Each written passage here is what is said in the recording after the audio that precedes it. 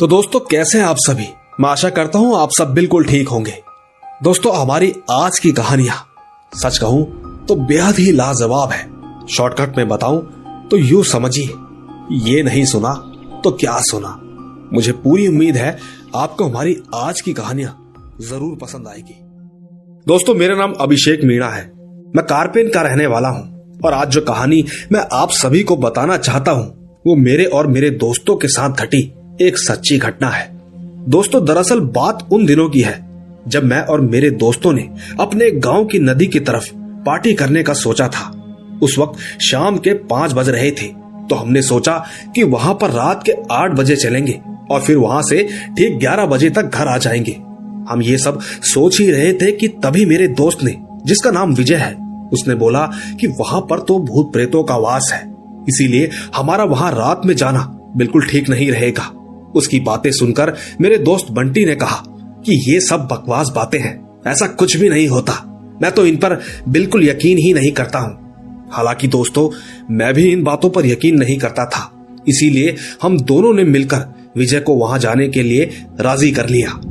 इसके बाद हमने कुछ खाने पीने की चीजें ली और 8 बजे तक जाने के लिए सारी तैयारियां कर ली थी। लेकिन विजय थोड़ा घबराया हुआ सा था। वैसे हमने ऐसे भूत प्रेतों के किस्से कहानियां सुनी तो बहुत थी, पर नदी के पास हनुमान जी का मंदिर भी तो था। उसकी वजह से हमारा हौसला बढ़ रहा था। इसी बीच हम नदी की तरफ चले गए थे। वहां पर हम तीनों ने बहुत मस्ती की, बातचीत करते हुए खाना भी खाया। हम लोग पार्टी में इतना खोए हुए थे कि हमें समय का अंदाजा ही नहीं हुआ। जब मैंने अपने फोन में समय देखा तो रात के तकरीबन 12 बज चुके थे। इसके बाद मैंने अपने दोस्तों से कहा कि भाई अब हमें घर चलना चाहिए, हमें काफी देर हो चुकी है, चलो अब यहां से चलते हैं। लेकिन तभी बंटी ने कहा कि रुको भाई, अभी थोड़ी देर में चलेंगे, जरा मैं टॉयलेट करके आता हूं। इसके बाद हमने उससे कहा कि ठीक है तू जा, हम तेरा यहीं पर इंतजार कर रहे हैं। बंटी उठा और टॉयलेट करने के लिए चला गया। लेकिन ये क्या, वो शमशान घाट के पास टॉयलेट करने चला गया था। वैसे हमने उससे बोला हुआ था कि तू ज्यादा दूर तक मत जाना, परंतु वो फिर भी वहां चला गया। उसे गए हुए अब 20 मिनट हो चुके थे, लेकिन वो अभी तक वापस नहीं आया था। इसीलिए हम दोनों थोड़ा घबरा गए कि तभी अचानक से हमारे कानों में बेहद ही डरावनी सी आवाज पड़ी। हम दोनों हड़बड़ी से खड़े उठ गए और धीरे धीरे उस आवाज की तरफ बढ़ने लगे। लेकिन तभी हमारी नजर बंटी पर पड़ी।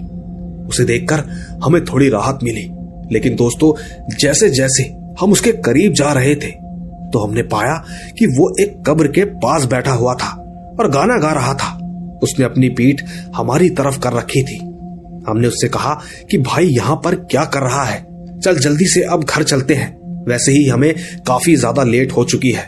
परंतु दोस्तों उसने हमारी बातों का कोई जवाब नहीं दिया।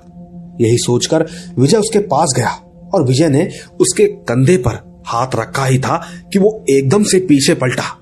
उसे देखकर हम दोनों बहुत डर गए थे। हमने देखा कि उसकी आंखें एकदम लाल सी थी और पूरा चेहरा अजीब गुस्सैल भरा हुआ था। हम कुछ करते कि इससे पहले उसने विजय को इतनी तेज धक्का दिया कि विजय वहां से 5 से 6 फुट की दूरी पर जा गिरा। मैंने तुरंत भागकर विजय को उठाया। बंटी की ये